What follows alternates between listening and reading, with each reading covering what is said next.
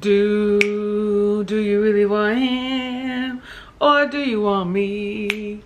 Do you really want him? Him, me. Him, me. Listen, if y'all too young for that, I don't know what to tell you.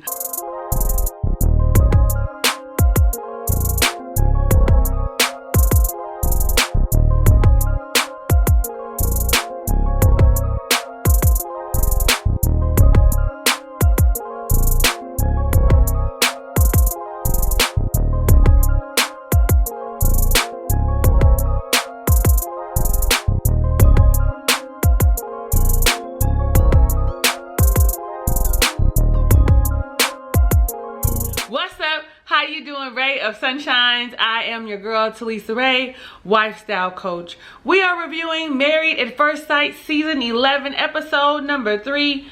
13, Home Alone. I would have had this up sooner, but I was busy watching the vice presidential debate. I hope you watched it. I don't care who you vote for, just get out and vote. And especially on the local level, your judiciary levels, your district attorneys, your senators, your mayors, your governors, your propositions, because that's the shit that affects you directly, okay? Not the presidential, but that's important too. Off of that soapbox, okay, so let's just get right into it, shall we?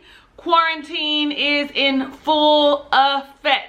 Lockdown, shut down, you can't go home. I mean, you can't get out of here. Y'all stuck together, stay in the house unless you're an essential worker.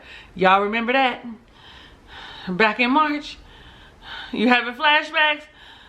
I'm still like that. I'm still working from home and I'm okay with that.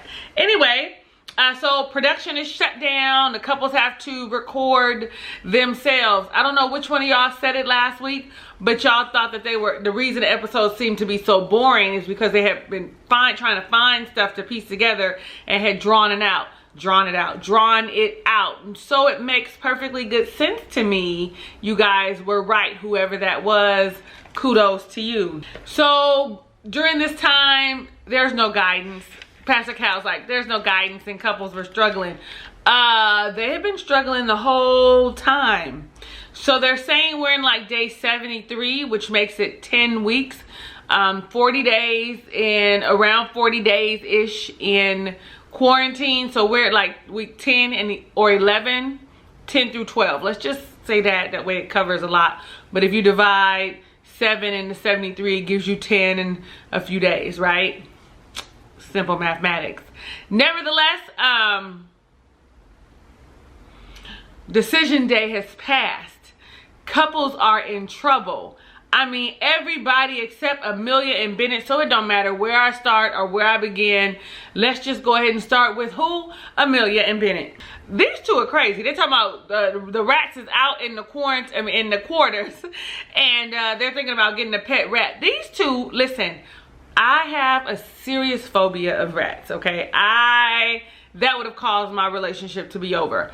Like, not a pretend, like a serious phobia of rats. Like, we found out a couple things, that the residency has been chosen and it is in Virginia. We also know that they are enjoying one another's company. We see them go fix on the tiny house. You know, you see him painting it. You see them doing some landscaping. You see them like enjoying each other's company, doing facials. And that's when she finds out about the residency as they're laying out getting a facial, are having their preemptive spa day. And she's all like, oh, it's in Virginia. And they made it seem as if Bennett was unenthused because he moved his hand to get more popcorn. But I'm sure it went through his mind for just a moment, like, Virginia? Why can't we just stay in Nolans? Why? They're growing more and more and more in love.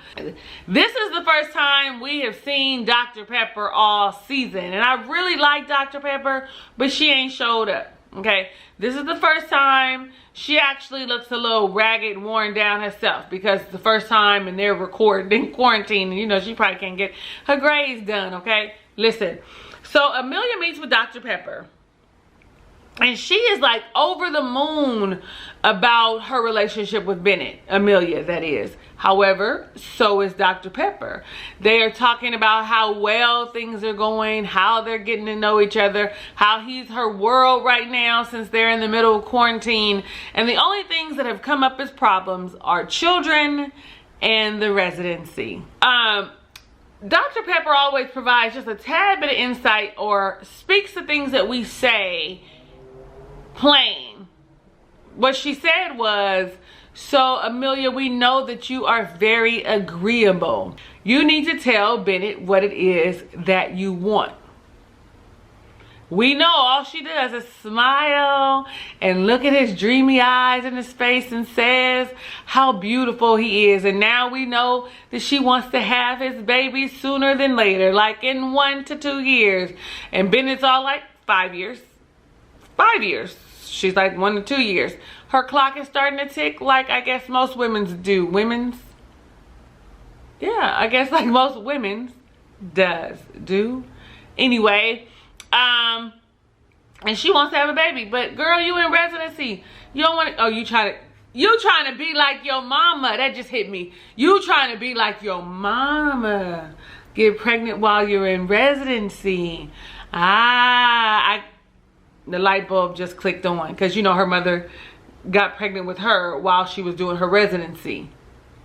Ding, ding, ding, ding, ding. Okay, what we know is, and what we find out is, Bennett does not want to be a bum. He does not want to just live off of her. We find that out in his conversation with Pastor Cal. He asked him what is the most difficult thing because he knows that they are on cloud 9 and on high and have great communication skills and work things through. And this is when we find out about his feelings about having a baby, right? 5 years, she wants it now. Like, no, because I need to start thinking of a financial plan for us.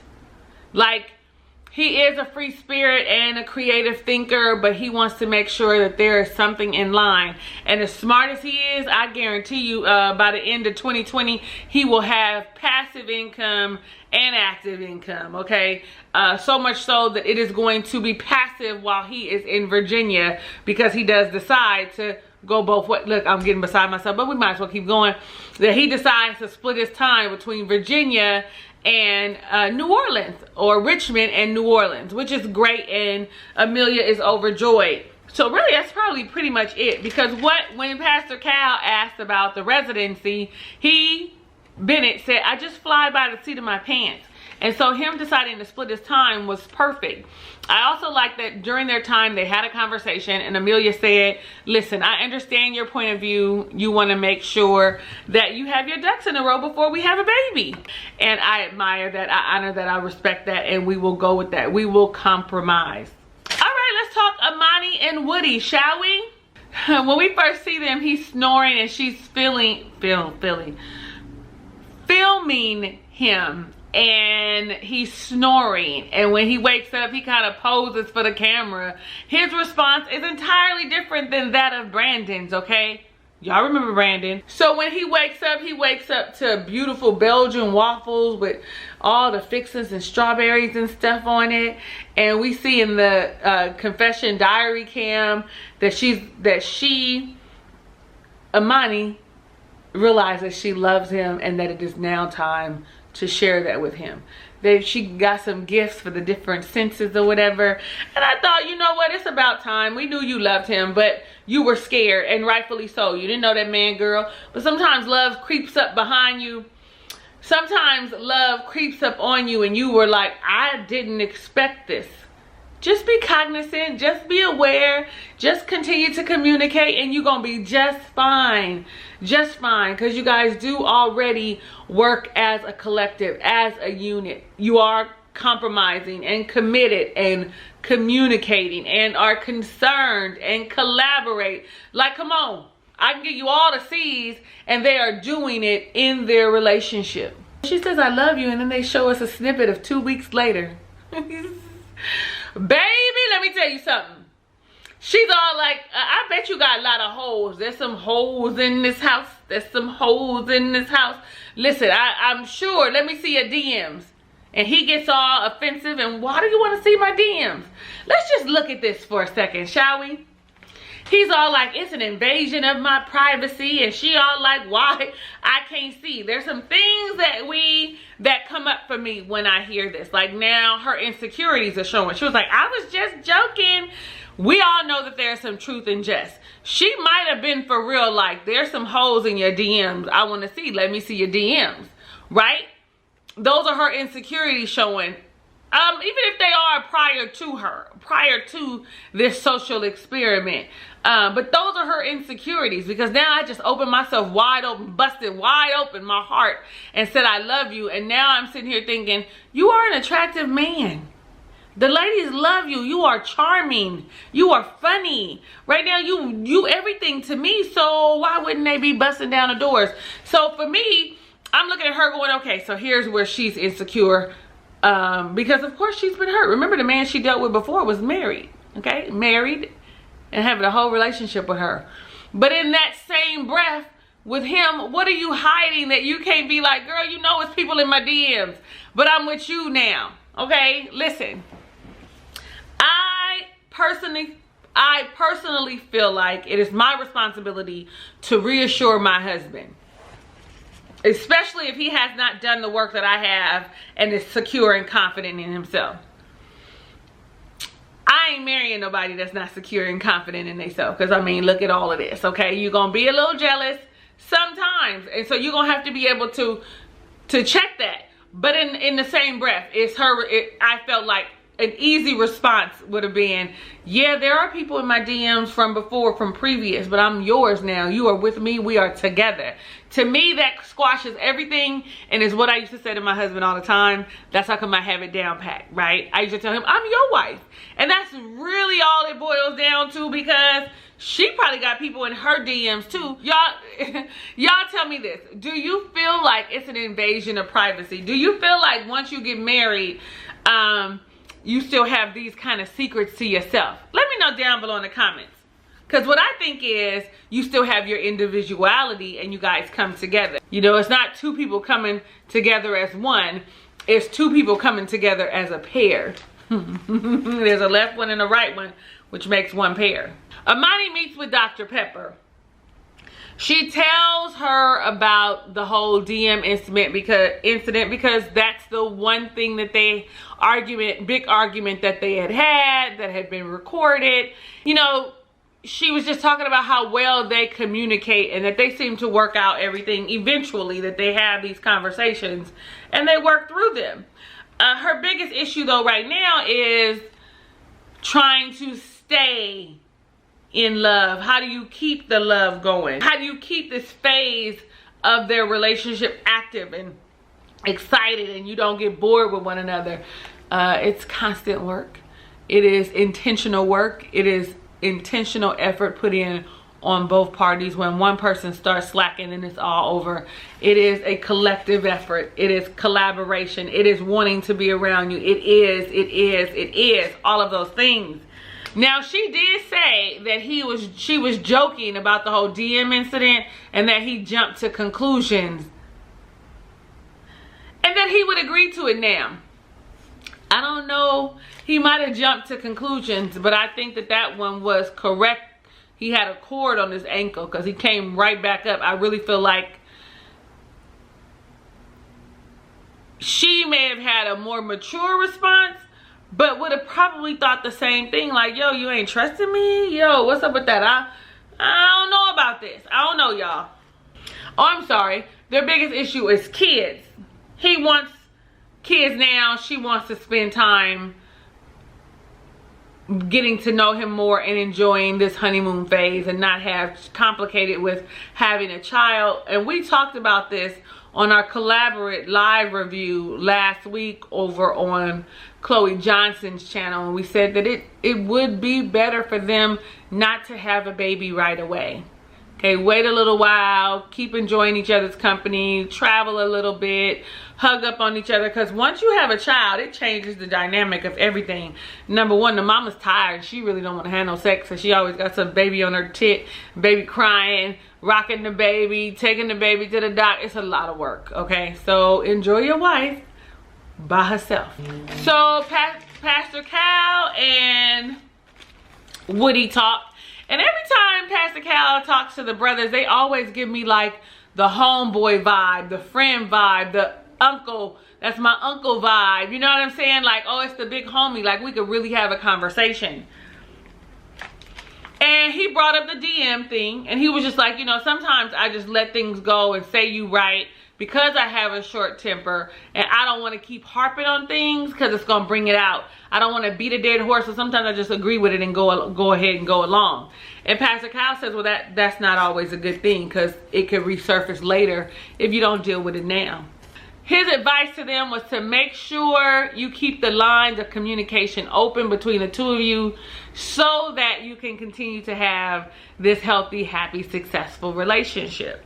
So when they got together, you know, they had the baby conversation. One Scorpio baby, let's wait for the baby. They decided to compromise and wait for the baby and the puppy, right? But more importantly, I heard him say, he asked her first, are you scared? And she said, not anymore. He said, I am. And she said, of what? Okay, this was probably my favorite moment. And he said, I'm scared of not being that guy. Like, he open, vulnerable. How many men you know gonna say, I'm scared of not being that guy? Like, your person. Like, I'm gonna fall off. You don't know many men that are gonna say that. And I love that she reassured him. She's like, remember we talked about it. You are enough. I want you. Drop the mic. Conversation over. They're going to be together forever. Because if you can open up and say how you feel and then your wife affirms you, that's how the conversation should have went about the DMs. Not to say that that wasn't the conversation later when they came back or circled back and talk about it. But this is how it should be. I remember you are enough. I want you. Like, come on, Amani. Are you a therapist? Cause baby, let me tell you, you winning. You winning. I affirm you. I affirm you. Affirm your spouse, baby. Affirm your boo, your bae, your partner, your mate. I am in love with that. And that is something that I would tell my clients all the time. Affirm your spouse. They need to hear that they want it, that they love, that they are enough. Whew.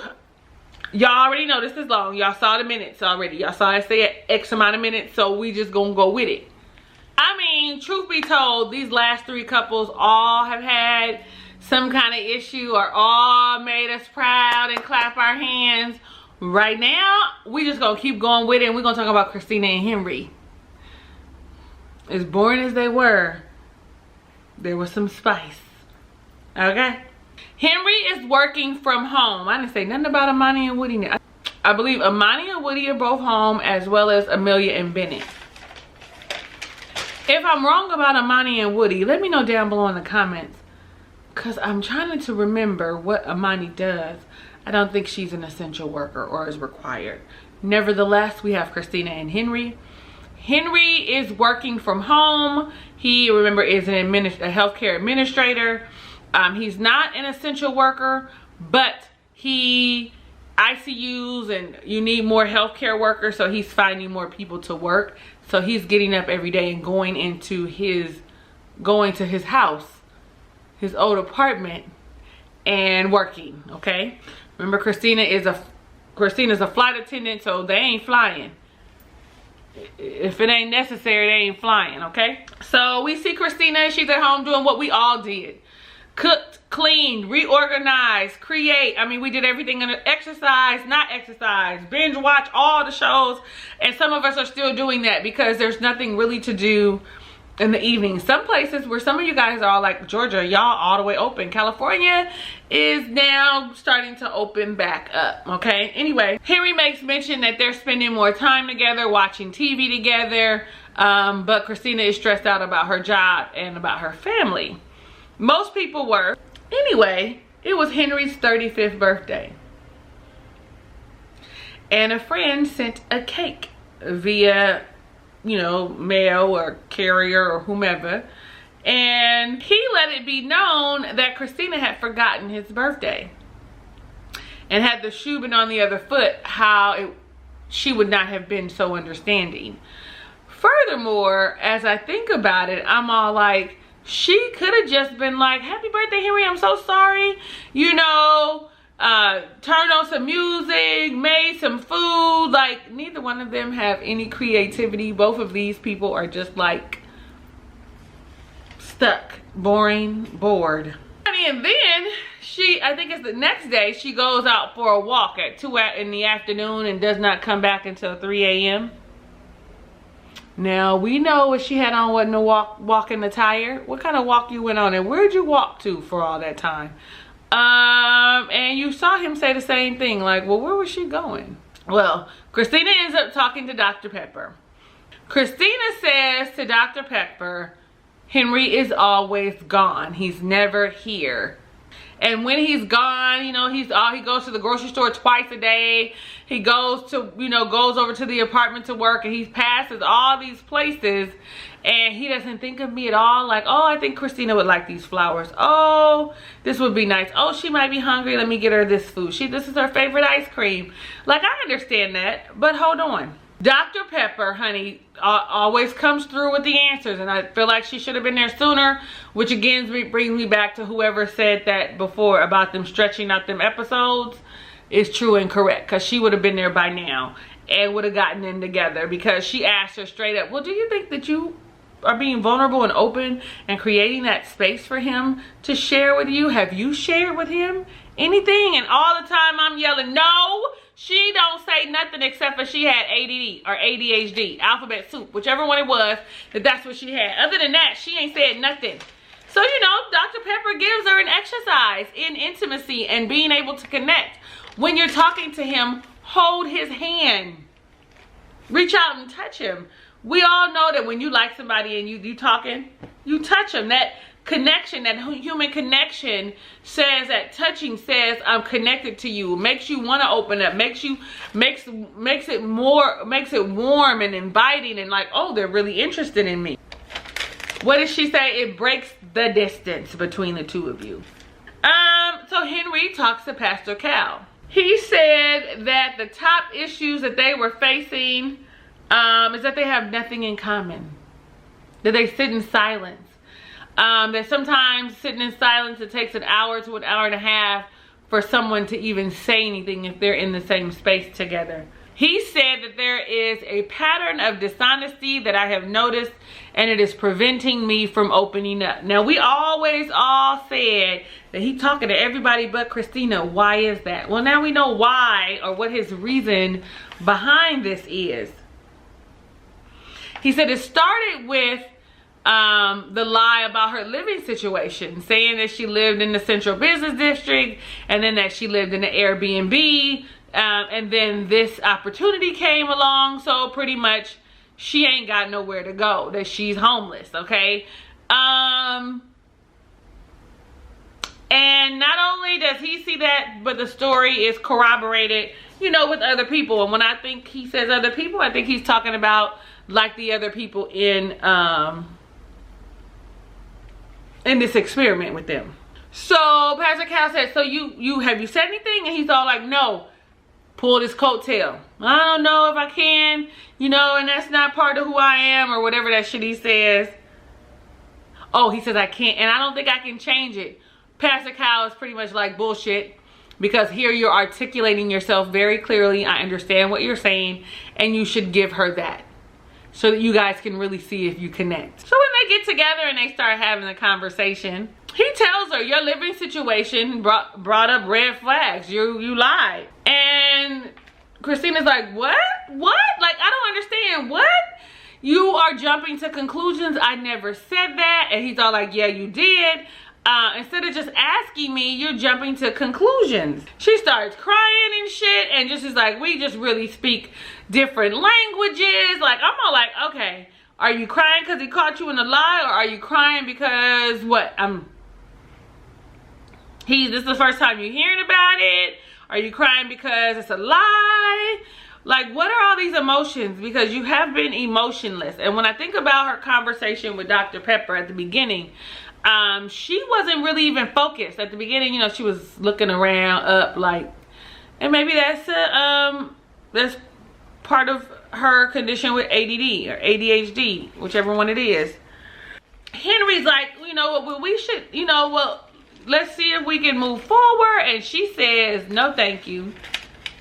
So after that heated little conversation, we see Henry in a diary cam. And Henry says, you know, since our check-in with the experts, Christina hasn't been around much, you know, and she sent me a text message that she wanted to talk to me. And she pretty much said that she received a text message from a reliable source that says they had been sleeping together and it was a man. She pretty much said, the reason you don't want to be around me is because I'm not on your team. You don't like the team I play for? Henry, you're gay, you like men. Henry did not seem bothered by it at all. Like, you know, if he wanted a beard, you know, they get a little, I don't know. People who are guilty and feel attacked get defensive, sort of like Christina with the crying, right? He was like, well, I'm going to get to the bottom of this, but he's so cool as a cucumber and kind of lacks emotion anyway, so you really wouldn't know. And so he's all like, well, we'll have to talk about it. He was like, I asked her to send me the text and she hasn't done so yet, so I don't know if she making this up or not, but I'm going to get to the bottom of it. Now listen, if we wanted to speculate, we could. Because he said a friend sent me a birthday cake. A friend, not Kristen, not Trishelle, whatever her name is, not none of them friends. A friend. What kind of friend, Henry? We could also speculate about him in these walks that he goes out on twice a day to the grocery store. You know, is he coming back with stuff or not? Like, that's also something we could speculate about. We can also speculate that he goes, because he's getting up and leaving and going to his house every day for work. Because y'all got a whole nother bedroom. You could really work from home here. So there's a lot of speculation that we could do. We could add this stuff up and make something up in our head and be like, oh girl, maybe he is gay. I mean, we could. But we're going to give him the benefit of the doubt. And we're going to wait till next week to see how this couple trip goes and what comes out. Because if we in quarantine, I know when we was in quarantine, that first month I stayed in the house. I didn't go visit nobody. I called my mama. I don't even think I went to see my mama. I called and checked on her. You all right over there? I'm just saying. Y'all, let me know what you think about Christina's accusations down below in the comments. Like I said, if we wanted to, we could speculate. But we're just going to wait and we're going to see. We're going to wait and see. Yes or no? Okay, so the next couple we saw is Karen and Miles. And you know I really don't care about them too much anymore, but I was vested this week, honey. I was vested the way Miles came through with articulating what he needed. And like, I ain't with the shits. Like, okay, listen. Let's back up. Let's talk Karen and Miles, shall we? So, Karen is an essential worker. She is an associate program manager at a hospital. I don't know what they do, but whatever is required, whatever they do, it is required for her to be at the facility in her scrubs every day. And he has been holding down the fort, cleaning the house, cooking, just trying to be there for her. And all the while he's at home, and you see like they showing us him at home on the couch, him cleaning up, him playing games. Like, we 40 days into quarantine and he is like struggling. He can't go into the office because he's an administrator of a school. So my mind did go straight to, is he going to go into depression? Because he also mentioned how they aren't connecting. Because now, before it was the I don't know you well and the masculinity thing. Then it's I'm busy and I'm drained and work is pulling me and I just don't have the energy for it. So that whole in exchange on the couch, you know, her on her computer, him just touching her, just trying to get any kind of, you know, just any kind of connection with her, and then being frustrated and walking away. Like, all of this, the whole atmosphere, you could feel it through the TV that it was just uncomfortable, stale, and not worth it. He actually told the diary cam that maybe she doesn't want him. Maybe she doesn't want a relationship with him because she hasn't verbally said it, and baby, I'm saying her actions don't match. So even if you're not vocalizing I want to be with you, me wanting to sit and talk to you and have conversations and connect with you says I want to be with you. And because we don't know each other, you have to actually verbally say I want to be with you, I'm enjoying your company, and you have to actually connect on some level every day, whether that's close your hands, hold each other, breathe. Like, you have to have some type of contact and connection and verbal affirmations from your spouse in order for this to work. And as we saw, none of this was happening. So y'all like how I came up close to you? Karen starts to talk to Dr. Pepper. And I love how Dr. Pepper said, well, from the language that I've heard, what I hear, it's all about you. You're selfish in a nutshell. Everything is about how you feel and what you need and how you see him. Like, I'm all like, if Dr. Pepper ain't the shit. And then she said, honestly, you have said things that would make him not want to open up about him being not masculine enough, too emotional, too, you know, connected to his feminine self. And I ain't seen nothing feminine about him. He is 26. So when she said, he was like, hey sis, or I like your nails or whatever, she was like, my homegirls call me sis. I'm your wife. Like, I get it, but because he's 26, that is the verbiage that they use no matter what.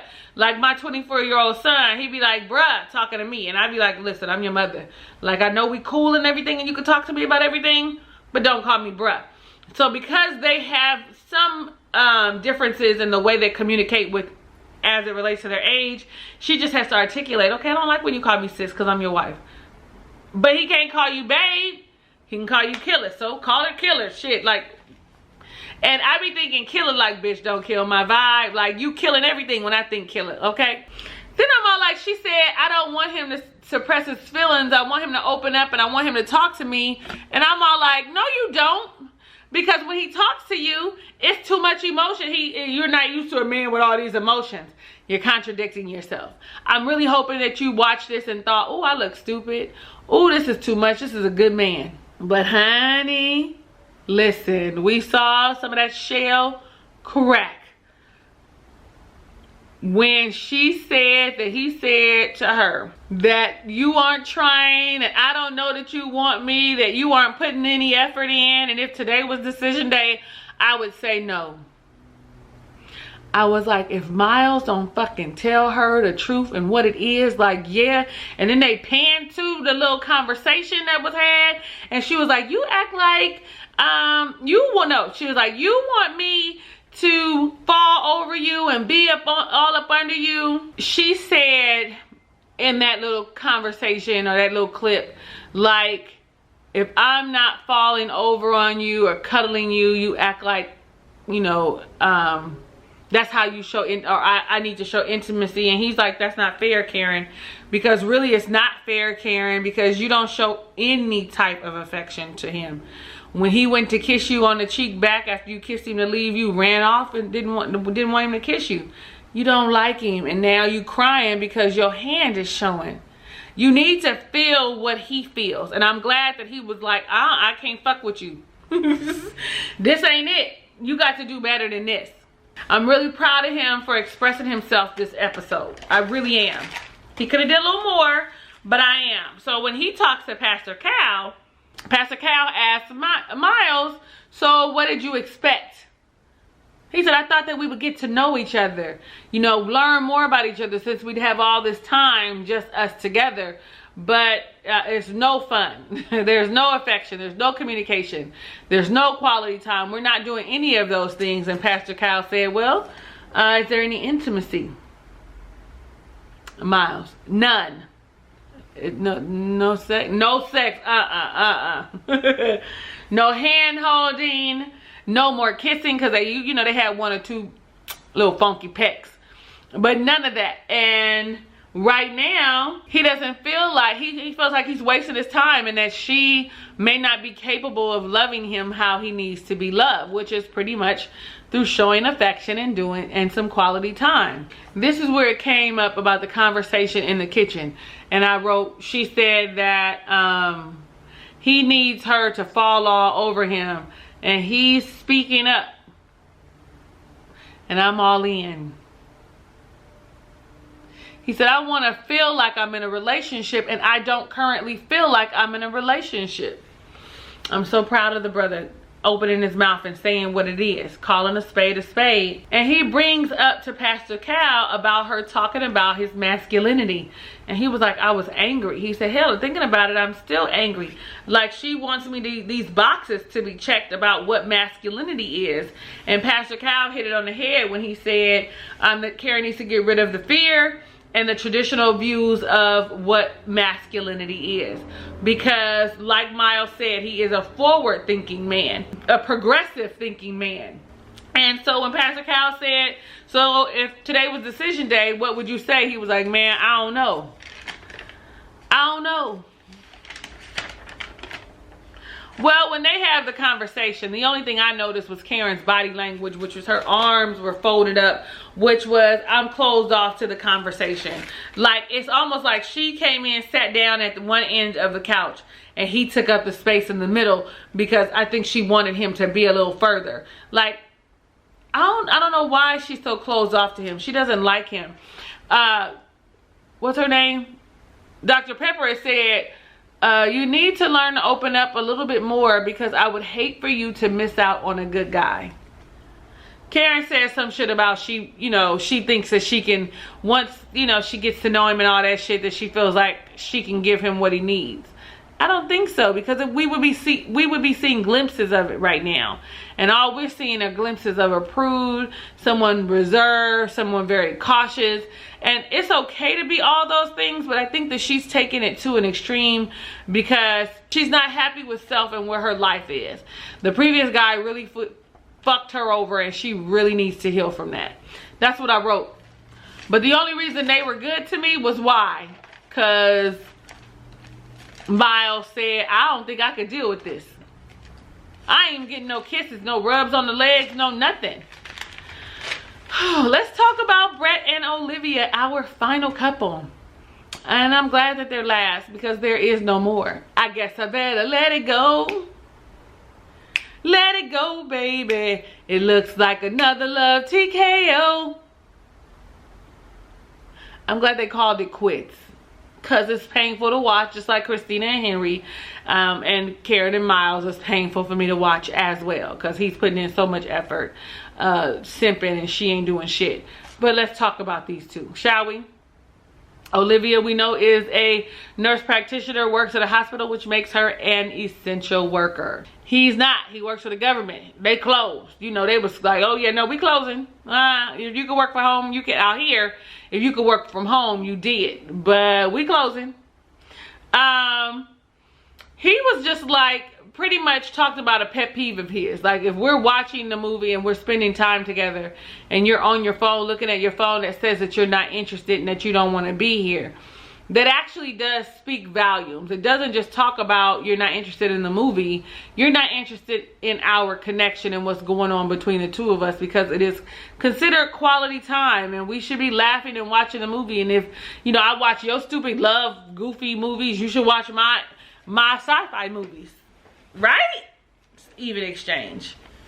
If I don't like a movie and I'm with a dude, I'm going to sleep, but I'm going to sleep right next. I don't like a whole lot of cuddling myself, because it get hot, but I will go right up under you and start snoring to where you be like, it's okay for you to go over here and go to sleep. I wrote down that they are both struggling. Neither one of them are happy, and there is still no form of intimacy in their relationship. Now, here's where things get interesting. She goes to check on her mom, and he leaves while she's gone. This is supposed to be decision week, but they are stuck in it together past the time of decision week. Now, he has said that I think it's a bad idea. You shouldn't be driving, you know, but she wanted to go check on her mother to make sure her mother is okay, which you can understand. I guess it was a whole lot of stuff that I think this is just the way it went, because it feels like I'm missing stuff. But I feel like he shouldn't have just left, that he could have said something. This is us as we're watching it unfold, that he could have said something. Honey, he took all the food out the pantry and out the refrigerator and stuff. He could have said something. I guess she was gone for a week. You know, she's crying and frustrated. And in my mind, I'm thinking, are you crying and frustrated because he's gone, or because you didn't have the opportunity to leave first? Because you should have been the one to call it quits. I mean, we knew, I thought that he was kind of liking her, but I was wrong. And maybe he was, and he said it kind of fell off, it dwindled off. Things had changed, whatever progress they were making was no more. So she meets with Dr. Pepper. Now, this is something that we did not know, we weren't privy to until this conversation. She said that he was panicked. She didn't want to watch the news and stuff, and she asked him if you were afraid, and he said, yeah, I'm afraid. I'm panicked about the pandemic. I'm concerned about the state of America and what's going to happen. And she said that he said to her that it was a bad idea for her to go. Because I'm all over the place. Olivia was just saying, like, well, he could have told me, could have articulated it more. And I thought to myself, well, him saying that he thought it was a bad idea, that you should not be driving, is him articulating it. It's not the way you wanted to hear it, but he did say exactly that. I don't want you to go. I don't want you to go. It's a bad idea. I can't tell you what to do, because I'm your new husband. Like, I ain't never known you before this. But I think it's a bad idea. She's always saying he doesn't communicate. But what it is he doesn't communicate the way she thinks that he should.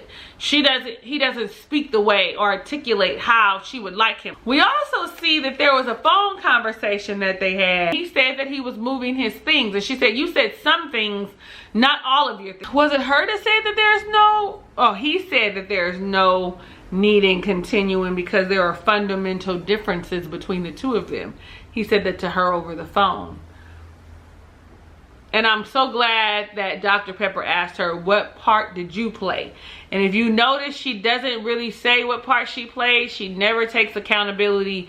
It's always about the way he communicates. Now, they both actually can work on their communication so that they could have been, you know, a little more cohesive and been able to talk better. Because one of his things was she was off for a week. She had said that she was going to come to his house to see how she could move her things in, etc. And had never done it. And that was because she didn't want to live at your house. And she just, you know, talking about communication, she should have just said, we could just live in separate places for a while. My uncle and his wife did it. They lived separately for 20 years. When Dr. Pepper asked her if she was out, she said, I don't know. Girl, say yes. Just be out, because you ought to know by now that he's out. I mean, a blind man can see that he is out. So Pastor Cal talks with Brett, and they are in quarantine. It has been 6 weeks. Okay. When they talk about the moving situation, I feel like this was a lie. Brett, you could have did better than this. He says that he told her that he was moving the cats home because the cats, her cat was beating up his cats, and he didn't like that. And Pastor Cal pulled his card like, yo, really, is it about the cats, or is it that you just didn't want to be there? Brett also said that he was constantly doing all the compromising, and that Olivia never did any compromising. When asked, did he want to continue, was there anything that he could do, or anything they could do to turn the relationship around? He said, and I quote, he said that I'm committed to the fact we are not the best options for one another.